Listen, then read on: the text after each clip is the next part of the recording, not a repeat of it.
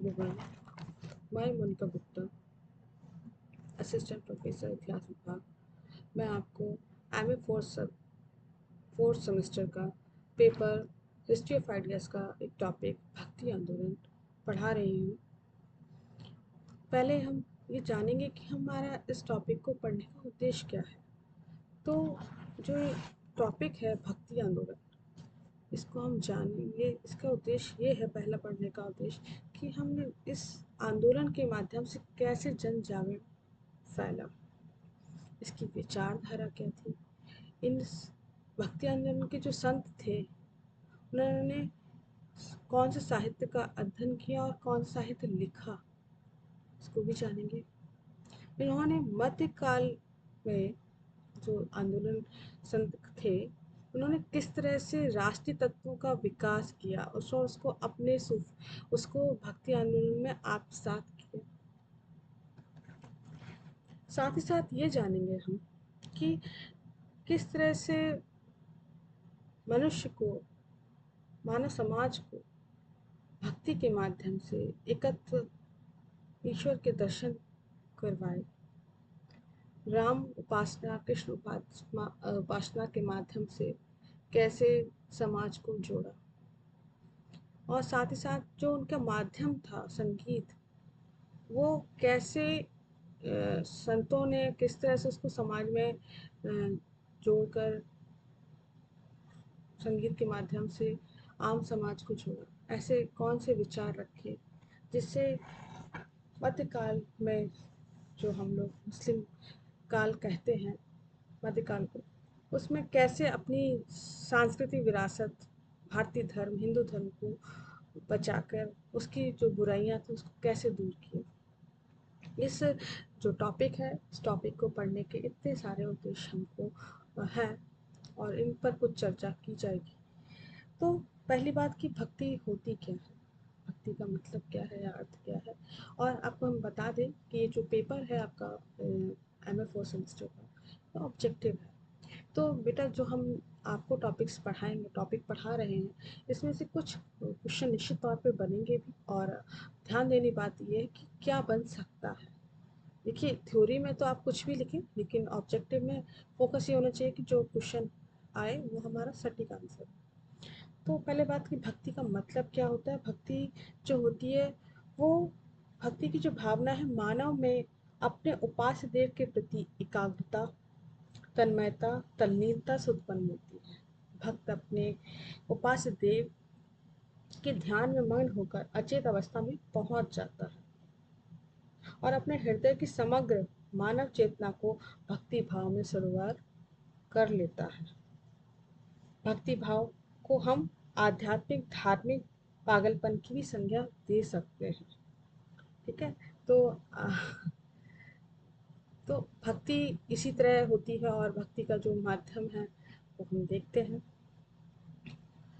तो हम लोग ये देखते हैं कि भक्ति शुरू कहाँ से, भक्ति आंदोलन भारत में कहाँ शुरू हुआ। तो भक्ति आंदोलन का जो इतिहास है, जो धर्म सुधारक हमारे परम पूज्य शंकराचार्य के समय से माना जाता है। इन्होंने बौद्ध धर्म में के प्रभाव को समाप्त करने के लिए 8वीं शताब्दी में अद्वैतवादी दर्शन की प्रतिपालन इन्होंने किया। इन्होंने बताया कि ब्रह्म सत्य है, जगत मिथ्या। तो जिस प्रकार अंधकार में एक रस्सी को हम सर्प मान लेते हैं, उसी प्रकार जगत में भांति भांति भांति की भ्रांतियाँ फैली हुई हैं। जिस प्रकार रस्सी सत्य है और सर्प जो है असत्य है, मतलब ब्रह्म जो है सत्य है और मोह माया जो जगत है, जो मोह माया है, वो असत्य है। हमको इससे हटना चाहिए। अब लेकिन जो इन्होंने विचार रखा, ठीक है, अच्छा है, लेकिन जो अद्वैतवादी दर्शन था, वो समाज के लिए दुर्ग्रह था, थोड़ा टफ था, कठिन था। तो हम पहला क्वेश्चन ये बन सकता है, शंकराचार्य ने कौन से दर्शन की दर्शन बताया। तो ऑब्जेक्टिव का आंसर यही होगा, अद्वैतवादी दर्शन। और ये भी पूछा जा सकता है, किसने कहा कि ब्रह्म सत्य जगत मिथ्या। शंकराचार्य इसका आंसर होगा। और अहम ब्रह्मास्मि, ये शब्द, ये जो वाक्य है किसने कहा? ये भी शंकराचार्य ने कहा। तो आप लोग 3 चीज़ें अच्छे से नोट कर लीजिए, ये तीनों पॉइंट्स से पूछे जा सकते हैं। और ठीक, तो इसके बाद शंकराचार्य जो थे, जो इनका जो दर्शन था अद्वैतवादीवाद, तो वो जनता के लिए बौद्धिक, जो समाज का जो बौद्धिक स्तर था उससे परे था, और वो उनके लिए दुर्ग्राह थे। तो उन्होंने वो समाज को प्रभावित नहीं कर पाए। लेकिन मध्यकाल में हिंदुओं की जो दुर्दशा थी, समाज की जो दयनीय स्थिति थी, उसको सुधारने के लिए समाज सुधारकों ने कुछ और समाज सुधारकों ने प्रयास किया, ताकि अपने विचारों से लोगों को आकृष्ट करके मोक्ष के जो 3 साधन हैं, ज्ञान, कर्म, भक्ति के माध्यम से उनका बेड़ा पार किया जा सके। तो उन्होंने भक्ति पर विशेष बल दिया। ठीक है, किस पर बल दिया? भक्ति पर विशेष बल दिया। इन समाज सुधारकों ने समाज में, हिंदू धर्म में जो कुछ प्रचलित कुरीतियां थी, उनको खत्म करने का प्रयास किया। इस उन्होंने जो समाज में, हिंदू धर्म में कह सकते हैं, असहिष्णुता की जो भावना थी, अपरिवर्तनशीलता की जो भावना थी, और अनुदारता फैल चुकी थी, उसको खत्म करने का धीरे धीरे प्रयास किया। इन्होंने हिंदू, इस सब के साथ साथ ये भी किया, हिंदू धर्म की जो खोई हुई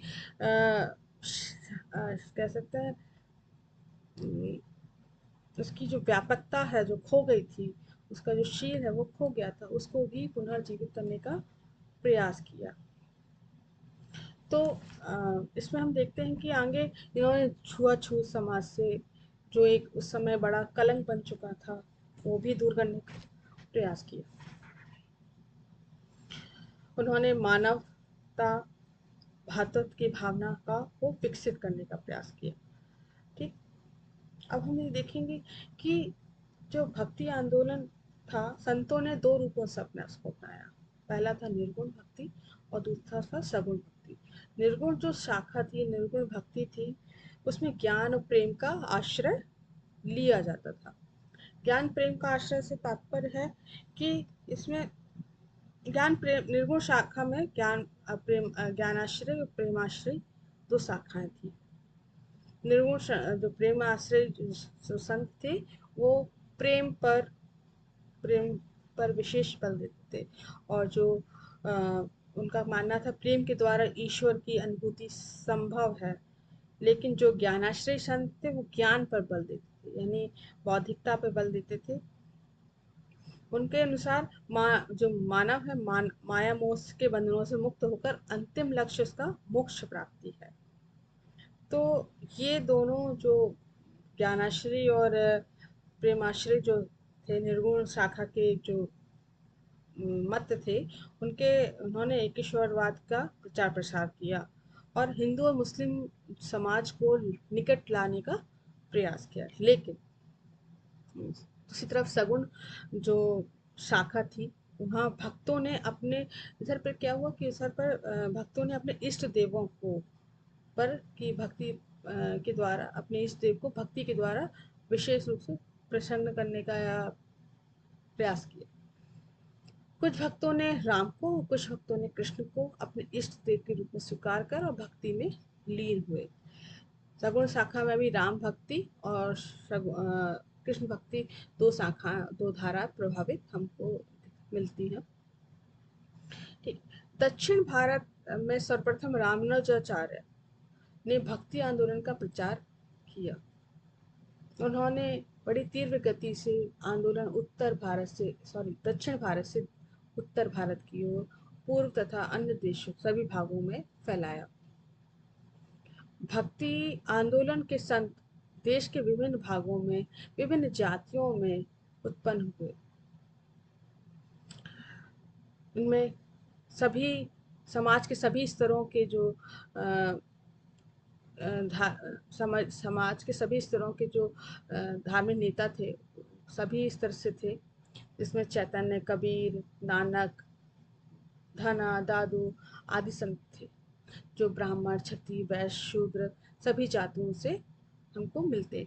इन संतों ने अपनी देशज भाषा का प्रयोग किया, ताकि वहाँ के आम जन से क्या हो सके, कनेक्ट हो सके। तो उन्होंने संस्कृत जो क्लिष्ट भाषा थी उसको छोड़कर वो अपनी स्थानीय भाषा, जैसे बंगाल में चैतन्य महाप्रभु ने बंगाली के माध्यम बंगाली भाषा में अपने गीत गाए और वहाँ की कृष्ण भक्ति को फैलाया। जो कबीर थे उन्होंने सदुख खकड़ी मिक्स भाषा का प्रयोग किया। तो इस तरह हम जो उन्होंने अपने अपने भक्त ईश्वर को प्रसन्न करने की जो माध्यम हो सकता था उन्होंने वो चुना। अब हम लोग रामानुजाचार्य की बात करते हैं। रामानुजाचार्य जो हमने आपको अभी बताया कि दक्षिण भारत से आए थे और उन्होंने दक्षिण से उत्तर की ओर पूरा भक्ति आंदोलन शुरू किया। इनका जन्म जो था 1017 ईस्वी में हुआ। तो सबसे पहले ये पता होना चाहिए भक्ति आंदोलन को सर्वप्रथम का प्रतिपालन किसने किया, रामानुजाचार्य ने किया। इनका जन्म कब हुआ, 1017 में हुआ। कहाँ हुआ, दक्षिण भारत में हुआ। तो और इन्होंने कांची में शिक्षा ली। ये बचपन से बड़े कुशाग्र बुद्धि के थे। उन्होंने अपने जीवन में जो ग्रस्त जीवन को अंतिम लक्ष्य की प्राप्ति के लिए बाधक समझते थे और उन्होंने अपना ग्रह त्याग कर दिया। और रामानुजाचार्य के ने अलवार संतों की शिष्य परंपरा में विशिष्ट द्वैतवाद दर्शन की प्रचार किया। तो किसने किया, विशिष्ट द्वैतवाद रामानुजाचार्य ने किया। इन्होंने वेदांत और वैष्णव धर्म के मध्य समन्वय स्थापित करने का प्रयास किया। क्या किया, वेदांत और वैष्णव धर्म के मध्य समन्वय स्थापित करने का प्रयास किया और भक्ति को दार्शनिक आधार प्रदान किया। इन्होंने ब्रह्म को निर्गुण न मानकर सगुण माना, यानी निर्गुण भगवान की पूजा करना आसान नहीं होता। एकाग्र मन करना किसी किसी व्यक्तित्व का नहीं होता है। मतलब किसी व्यक्ति ये कहते कि हम दीवार की तरफ बैठकर भगवान की उपासना करें तो हम कर ही नहीं पाएंगे। जब एक सगुण उसमें रूप होगा तो निश्चित तौर पे उन्होंने इस चीज़ को समझा और इस चीज़ को माना और उन्होंने सगुण भक्ति को ईश्वर के रूप में उसको स्वीकार किया। रामानुजाचार्य का मानना था कि ईश्वर सर्वव्यापी है, सर्वशक्तिमान तथा आनंदमय है, यानी सभी जगह है वो शक्ति, सर्वशक्तिमान है और आनंदमय, यानी उनमें प्रेम करुणा दया सबकी भावना है जो हम आम इंसान को चाहिए। और जो उन्होंने अपना सिद्धांत दिया उसमें भक्त स्वयं को ईश्वर के समक्ष पूर्ण रूप से समर्पित कर दे। इस अवधारणा को प्रपत्ति कहा जाता है। किसको कहा जाता है, जब व्यक्ति अपने ईश्वर के समक्ष अपने आप को पूर्णतः समर्पित कर देता है तब हम उसको प्रपत्ति कहते हैं। ठीक है, तो पूछा जाता है प्रपत्ति क्या है, तो प्रपत्ति ये है कि ईश्वर आपको के समक्ष अपने आप को जो भक्त समर्पण पूर्ण रूप से समर्पित कर दे उसको प्रपत्ति कहते हैं। भक्ति के अतिरिक्त मोक्ष प्राप्ति के दो अन्य साधन ज्ञान और कर्म थे। उन्होंने उसको भी स्वीकारा, ऐसा नहीं कि उसको नकारा हो, उसको भी स्वीकारा। और रामानुजाचार्य राम को विष्णु का अवतार मानते थे। उन्होंने जीवन में और उन्होंने अपने जीवन के चरम लक्ष्य की प्राप्ति केवल उनकी भक्ति के द्वारा ही की और उसको ही संभव मानते थे। उन्होंने शंकराचार्य के दर्शन का खंडन करते हुए कहा कि वे केवल भक्ति के द्वारा ही ज्ञान ईश्वर की प्राप्ति की जा सकती है। उन्होंने कहा कि सिर्फ भक्ति के द्वारा ही हम अपने ज्ञान और ईश्वर की प्राप्त कर सकते हैं।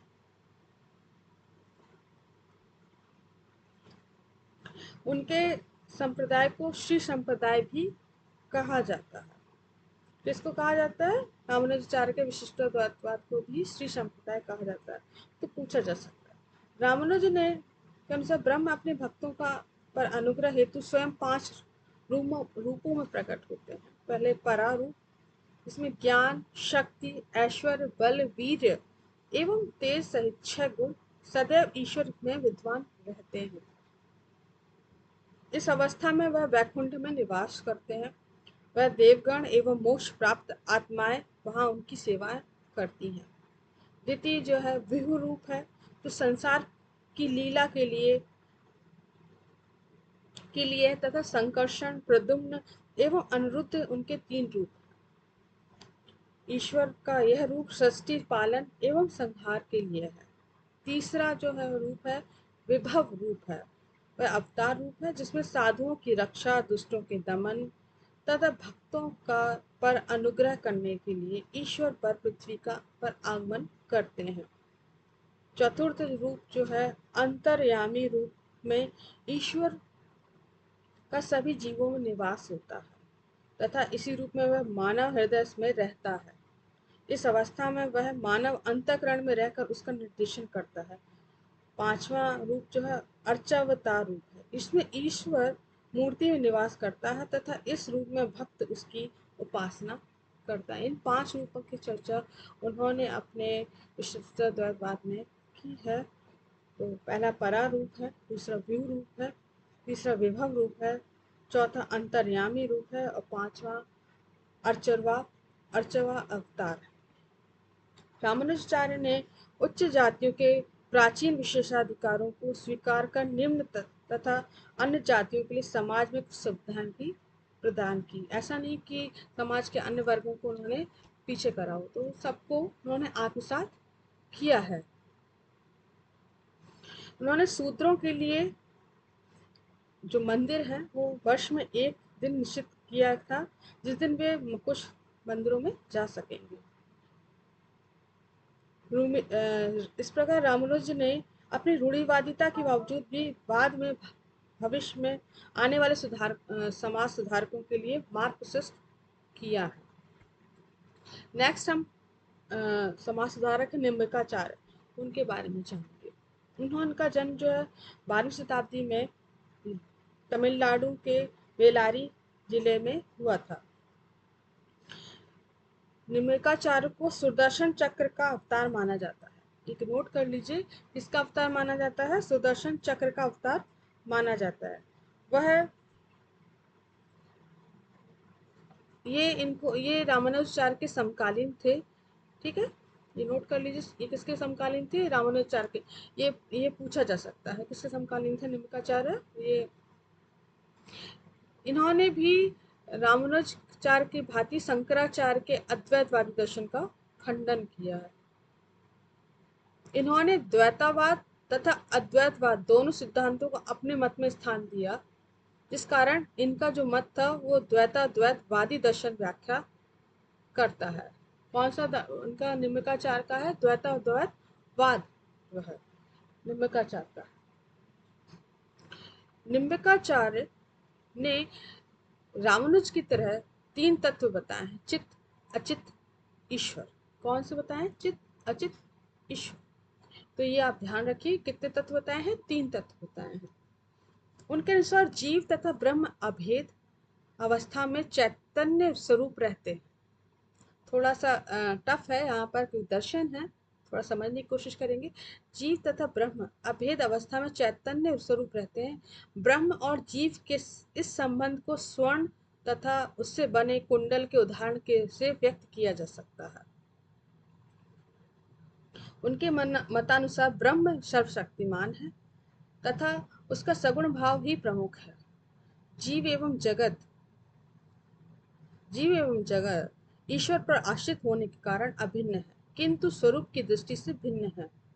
इस प्रकार निम्बिकाचार्य ने अपने दर्शन में अद्वैतवाद तथा द्वैतवाद दोनों को ही महत्व प्रदान किया है। निम्बिकाचार्य का संप्रदाय सनक संप्रदाय के नाम से विख्यात हुआ। ये नोट कर लीजिए, सनक संप्रदाय के नाम से निम्बिकाचार्य का संप्रदाय जाना जाता है। और जो इनकी मृत्यु थी 1162 ईस्वी में हुई। नेक्स्ट है माधवाचार्य। माधवाचार्य को पूर्णबोध नाम से भी जाना जाता है। किस नाम से जाना जाता है? पूर्णबोध नाम से भी संबोधित किया जाता है, जाना जाता है। इनका जन्म 1199 ईस्वी में हुआ। इन्होंने शंकराचार्य के अद्वैतवाद तथा रामानुजाचार्य के विशिष्टवाद द्वैतवाद का खंडन किया और द्वैतवाद का प्रचार किया। किसका किया? माधवाचार्य ने द्वैतवाद का। तो ये मैचिंग में भी पूछा जा सकता है किसने कौन से वाद का प्रचार किया। तो माधवाचार्य ने द्वैतवाद का, निम्बिकाचार्य ने द्वैतवाद का। शंकराचार्य ने अद्वैतवाद का और रामानुजाचार्य ने विशिष्टाद्वैतवाद का। इस कॉम्बिनेशन को लिख लीजिएगा। इस क्वेश्चन को कई बार पूछा जाता है और मैचिंग में पूछा जा सकता है, इंडिविजुअल पूछा जा सकता है, तो ध्यान रखिएगा। माधवाचार्य ने द्वैतवाद मूलतः भागवत पुराण पर आधारित है। किस पर आधारित है द्वैतवाद? भागवत पुराण पर आधारित है। इनके अनुसार विष्णु ही परमात्मा है और इन्होंने राम और कृष्ण दोनों को विष्णु का अवतार स्वीकार किया है। क्या किया है? राम और विष्णु को ईश्वर का अवतार स्वीकार किया है। इन्होंने माधवाचार्य कहते हैं जब ईश्वर सत्य है तो उसके द्वारा निर्मित जगत भी सत्य है। मतलब कोई जगत मिथ्या नहीं बताया, जगत को सत्य बताया है। इस प्रकार माधवाचार्य ने शंकराचार्य के जगत मिथ्या के सिद्धांत का खंडन कर उसके विपरीत जगत सत्य के सिद्धांत का प्रचार प्रसार किया। जीव का प्रमुख लक्ष्य, प्रमुख तथा अंतिम उद्देश्य वास्तविक गुण की अनुभूति प्राप्त करना। वास्तविक यानी इसकी जीवन है क्या? वास्तविक गुण यही है कि हम हैं कहाँ, हम कैसे बने, ये है। तो जो केवल विष्णु की भक्ति के द्वारा, उनका मानना है कि केवल विष्णु की भक्ति के द्वारा ही पता चल सकता है ये। इनकी मृत्यु लगभग 1278 ईस्वी में हुई। इनके संप्रदाय को ब्रह्म अथवा ब्रह्म संप्रदाय के नाम से जाना जाता है और इस मत के वो आदि गुरु ब्रह्म हैं। स्वामी रामानंद, इनका जन्म जो था 1299 में प्रयाग में के कान्यकुब्ज ब्राह्मण परिवार में हुआ था। इन्होंने दक्षिण के भक्ति आंदोलन तथा उत्तर के भक्ति आंदोलन के मध्य एक प्रशंसनीय संपर्क स्थापित किया। इन्होंने रामानुजाचार्य की भक्ति परंपरा को आगे बढ़ाया, लेकिन इनके जो विचार थे रामानुजाचार्य के विचारों से भी अधिक क्रांतिकारी थे। ठीक है, तो ये आप क्वेश्चन ये बन सकता है कि किसने रामानुजाचार्य की परंपरा को आगे बढ़ाया? तो रामानंद जी ने बढ़ाया। और उन किनके विचार रामानुजाचार्य से आगे थे? तो रामानंद जी के थे। ठीक है, और किसने दक्षिण भारत की परंपरा को, भक्ति परंपरा को उत्तर भारत में अग्रसर किया? रामानंद जी। इन्होंने भारत के विभिन्न प्रांतों में घूमकर, भ्रमण करके अपने उपदेशों का प्रचार प्रसार किया। इन्होंने काशी में अपना स्थायी निवास बनाया और लगभग 1411 ईस्वी में इनकी मृत्यु हुई। रामानंद ने जाति बंधनों के तोड़ने का पूरा तरह प्रयास किया और जाति व्यवस्था को जो जो जाति व्यवस्था में जो अंधविश्वास थे, आडंबर थे, उनका बहुत विरोध किया और मानव एकता पर विशेष बल दिया। उन्होंने अपने शिष्यों में सभी प्रकार के व्यक्तियों को, सभी प्रकार की जातियों के लोगों को अपना शिष्य बनाया। जैसे धना थे, वो जाट थे, सेन नामक नाई था, रैदास चमार थे, कबीर एक जुलाहा थे। तो उन्होंने ऐसा नहीं, और उन्होंने जो उस समय जो भारत में मध्यकाल में महिलाओं पर जो विशेष बंधन थे, पाबंदियां थी, उनको भी तोड़ते हुए उन्होंने अपने सामाजिक, धार्मिक जो चर्चाएं थी, प्रोग्राम होते थे, उनमें उनको भाग लेने का अधिकार दिया। तो उन्होंने पद्मावती और सुरसीर नामक स्त्रियों को अपना शिष्या बनाया। तो ये आप नोट कर सकते हैं क्योंकि पद्मावती और सुरसीर नामक स्त्रियों को उन्होंने अपना शिष्या बनाया। और अपने जो वैष्णव धर्म था, वो उसमें सभी प्रकार के धर्म के लोग, जातियों के लोग बिना किसी भेदभाव के प्रवेश कर सकते थे। उन्होंने भक्ति के लिए सबके लिए खोल दिया। जो रामानंद थे, उन्होंने राम भक्ति पर विशेष बल दिया। उनका मूल मंत्र राम नाम था। इसका नाम मूल मंत्र था राम नाम, रामानंद जी का। ये आप नोट कर सकते हैं।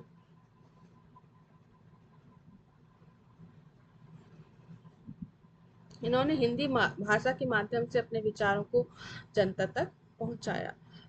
ऐसा नहीं कि वो इस समय देशज भाषाओं का भी इन्होंने प्रयोग किया। और इन्होंने समाज सुधार भी किया। उन्होंने जैसे जाति व्यवस्था, असमानता समाज में, इस सब को दूर करने का प्रयास किया।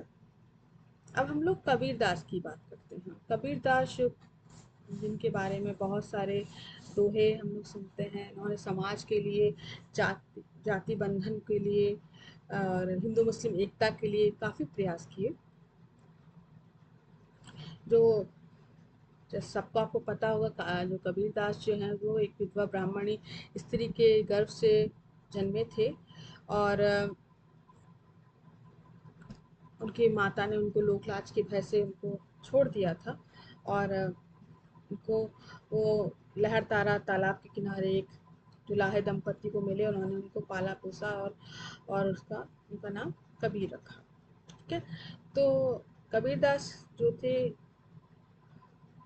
कबीरदास ने रामानंद को अपना मन ही मन गुरु मान लिया था, और रामानंद जी को अपने आप को रामानंद का शिष्य कहने लगे थे। तो कबीर स्वयं कहते हैं, काशी में हम प्रकट भये रामानंद चेतायो, और सदगुरु के प्रताप ते मिटे गयो सब दुख नंदा, कह कबीर दुविधा मिटी गुरु मिलायो रामानंद। तो इस तरह से वो अपने गुरु के नाम पर रामानंद जी का जिक्र करते हैं। उन्होंने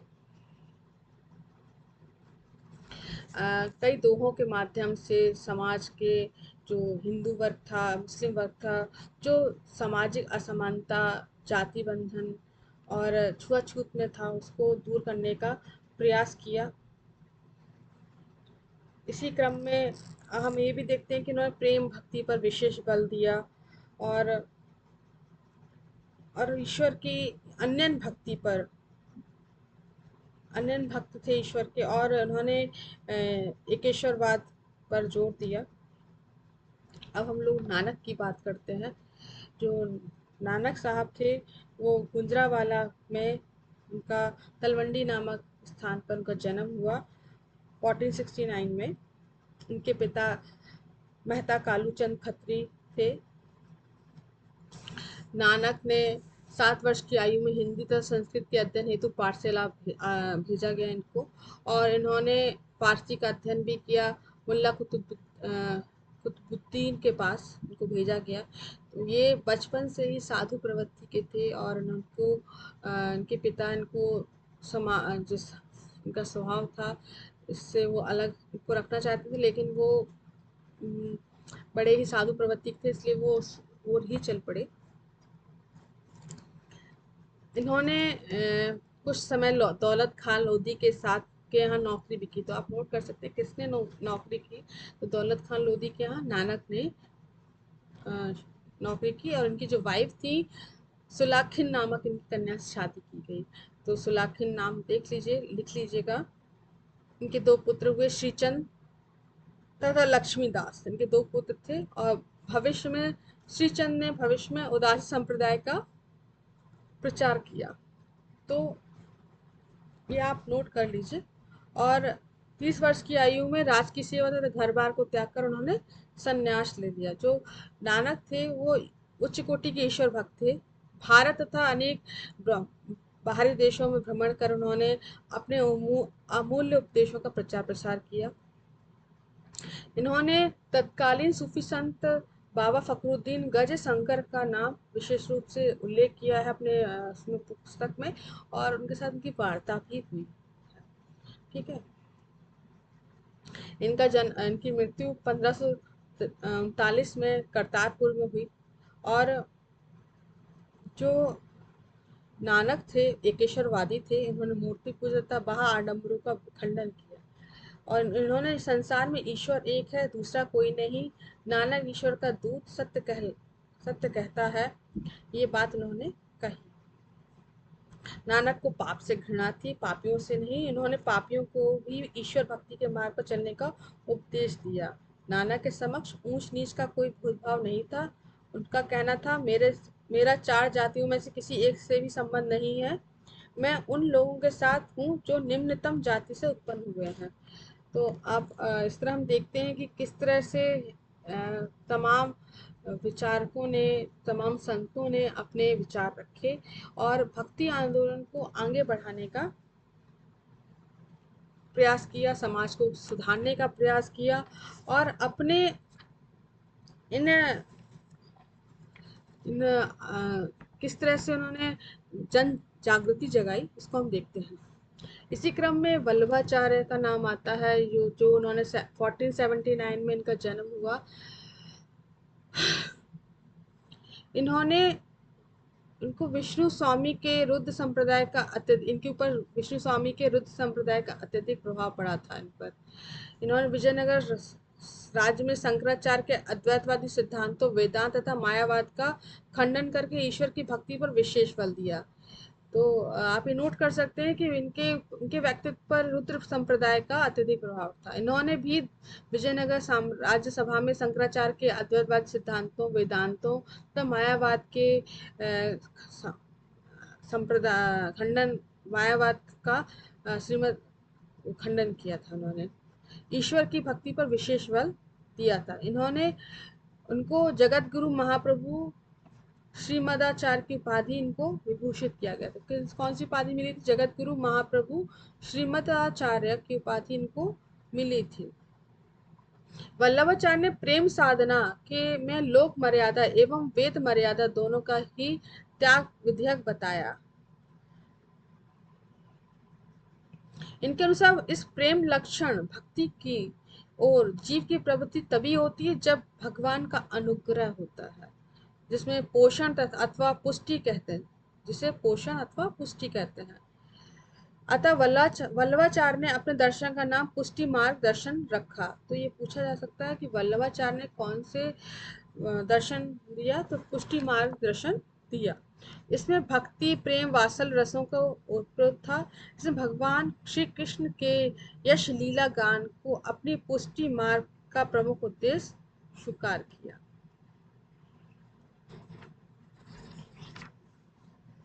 चैतन्य महाप्रभु पर हम लोग बात करते हैं। अगले हैं, इनका जन्म नादिया, बंगाल में नादिया में हुआ 1485। ये नोट कर लीजिए, पूछा जाता है चैतन्य महाप्रभु कहाँ के हैं, तो बंगाल के हैं। इन्होंने नादिया नामक बंगाल के नादिया नामक ग्राम में इनका जन्म हुआ 1485 में। इनकी जो माता थी, इन्होंने इनका पालन पोषण किया क्योंकि इनके पिता का बाल्यावस्था में देहांत हो गया था। इन्होंने व्याकरण दर्शन के अच्छे ज्ञाता थे।